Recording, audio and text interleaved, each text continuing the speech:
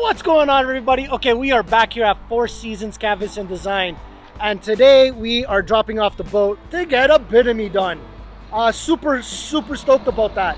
I hope you guys can hear me. We're right beside the Highway 11, and just trucks are flying, cars are flying. So I already talked to Steve about what we want to get done, but essentially what we do want to get done is a Binimi done.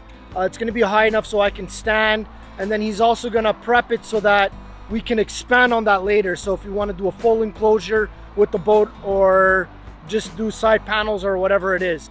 So next step is I'm going to drop off the boat and he's going to do his magic, and then we'll see back in about a week or so. I'll see you guys then. We'll see you in about a week's time. When we get back, we'll see an awesome Binimi put on. Bye.